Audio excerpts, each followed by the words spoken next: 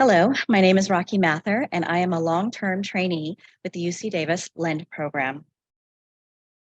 The information, content, and conclusions of this presentation are a result of my own research and should not be construed as the official position of or as an endorsement by UC Davis or of the Mind Institute.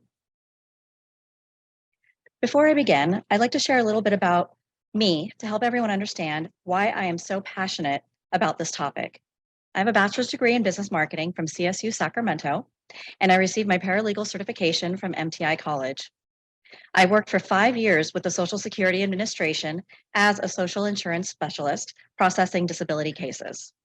I also spent 2 years working with a law firm processing Social Security disability cases. I'm also the parent of 2 lovely teenage children diagnosed with autism. So basically, I have a lot of experience and knowledge about disability programs and laws.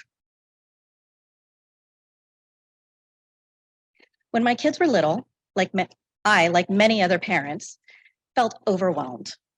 I found it difficult to navigate all of the programs, supports, and services available to help my children become fully functioning adults, able to support themselves independently. In 2016, a friend and I co-founded a support group for children diagnosed with autism and ADHD to try to solve this problem. It was called Families, Autism, and ADHD Support Team, or FAST. Unfortunately, this group only lasted 1 year. Although it was doing well, it was too much for us to handle as parents, and we also lacked the professional support and funding to keep it going. Fortunately, UC Davis Mind Institute has a similar program already set up called the Family Navigator program. This program is designed to support parents, caregivers, and professionals in this field by encouraging them to ask questions, share their experiences, and learn from each other. In addition, the moderators of this program provide information and resources to further help these parents. There are many ways that parents can participate in the Family Navigator program, including one-on-one peer support, a parent support group for providing information for younger children with a neurodevelopmental disability and those that have just received a diagnosis, and another to provide information for teens and adults.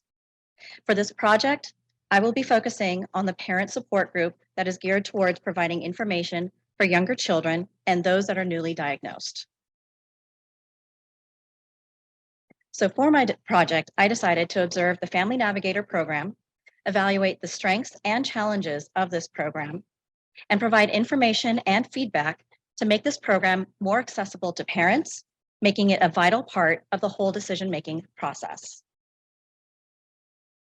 In order to do this, I spoke with the moderators of the program, observed a couple of Family Navigator meetings, reviewed previous participant surveys obtained by the Family Navigator program, and conducted my own surveys and follow-up interviews with participants of the parent support group. So currently, the Family Navigator program has this flyer that is posted on social media and on the Mind Institute events page. It's also shared with the Family Navigator families, as well as other groups and agencies such as Warmline and Alta Regional Center. I reviewed surveys received by Family Navigator for the parent support group that is focused on the needs of younger children. The survey data I reviewed was from April 2022 to February of 2023. The number of responses varied between 1 and 8 responses per month. In total, I reviewed 39 surveys. I found that 50 to 100% of the participants were parents or family members of a person with a disability.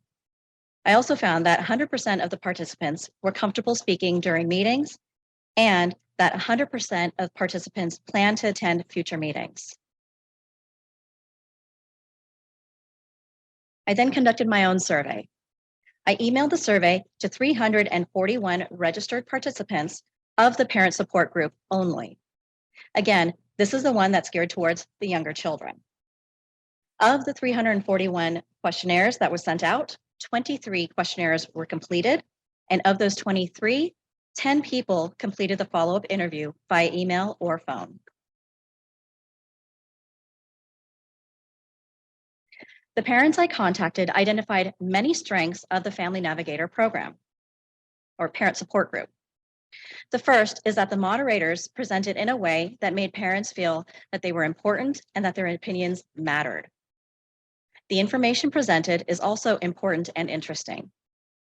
Parents attending these meetings felt like they were not alone, and it's because the Family Navigator program provides a supportive environment and demonstrates that other parents have similar questions and concerns. 74% of those interviewed felt that they were able to participate and ask questions in meetings, and 86% of participants interviewed were interested in or were considering attending meetings regularly in the future. Even though parents felt that this is a great program, they identified a few challenges. First, some parents found it difficult to attend at the date and time of the meeting due to caring for their child and family or because of their work. Second, parents felt that the communication outside of the meetings could be improved upon. They're not sure about the topics that were going to be discussed in these meetings, and they did not receive an email prior to the meetings reminding them that there was a meeting. Third, there's no set structure for the meeting, leaving parents unsure of what's going to happen. With small groups, everyone introduces themselves and then asks questions. But with large groups, the moderators lead a more structured meeting. In addition, there's a presentation on a specific topic that's focused in on the last half of the meeting. This leaves very little time for questions and answers on that topic.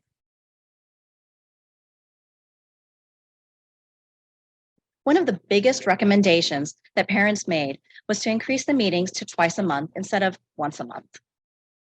About 61% said twice a month would be better.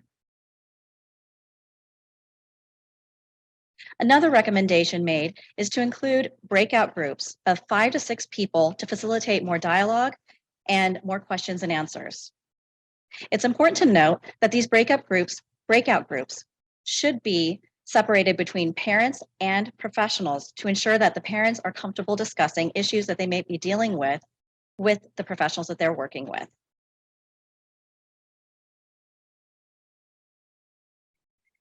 These are some of my own recommendations for this program. First is to revise the flyer to include a description of the parent support group with topics to be focused on at each meeting.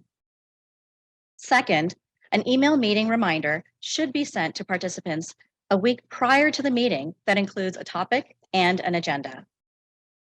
Third, I suggest recording the presentation portion of the meeting only, meaning exclude the parent questions and answers, and then posting these recordings online for those who can't attend the meeting so they can still have access to the information.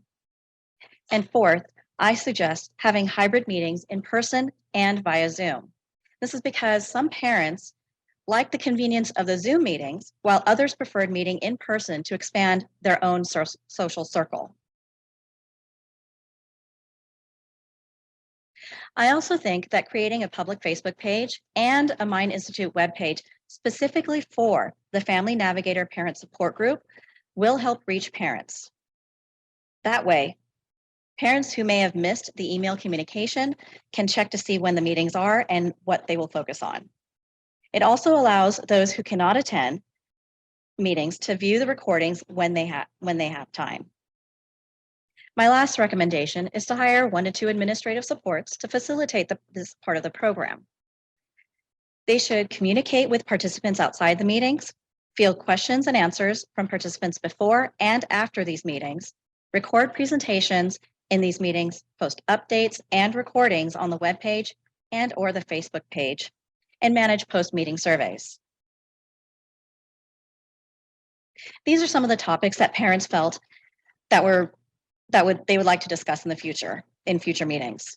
As you can see, there are quite a few of them. The biggest ones that were identified were the applied behavior analysis and understanding IEPs and 504 plans, as well as social skills and peer interaction programs. Those were probably the biggest ones. Some of the other ones that I think are very important for families are overcoming parental stress and burnout, and understanding special education laws, as well as financial programs for disabled individuals and housing options. In conclusion, I'd like to share a quote from Christopher Reeve. A hero is an ordinary individual who finds the strength to persevere and endure in spite of overwhelming obstacles. The biggest obstacle for parents of children diagnosed with a neurodevelopmental disability is the lack of information to make informed decisions for their children. And as we all know, knowledge is power. I hope this presentation inspires the Family Navigator program to implement a different approach that will help educate parents and professionals and make the Family Navigator program a positive, encouraging, and vital part of a parent's decision-making process for years to come. Let's give parents the tools to make them heroes. Thank you. First of all, Raakhee, I loved your presentation, and I was in I think the first year of Family Navigator, so I'm glad to see that it's continued and that it's continued to be successful. So now that you're wrapping up the end of your LEND year, do you feel like you're going to continue with the LEND program? I mean, the Family Navigator program, and what will the Navigator program be working on in the future? Well, I hope I can help them in some way after this program is over. I'm not going to be part of LEND after this graduation part. If I can help in any way, I will.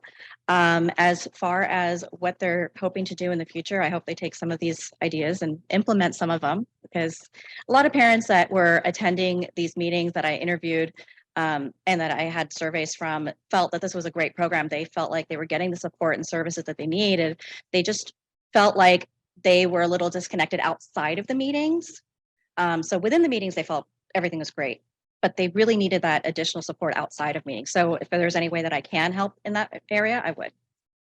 The UC Davis Mind Institute was founded in 1998 with the promise to reduce and prevent the disabilities that can be associated with autism and other neurodevelopmental conditions. Every day, our clinicians and researchers make progress on that promise. Our groundbreaking research on autism, Fragile X syndrome, chromosome 22q11.2 deletion syndrome, ADHD, and other conditions associated with disability are helping affected individuals achieve their fullest potential.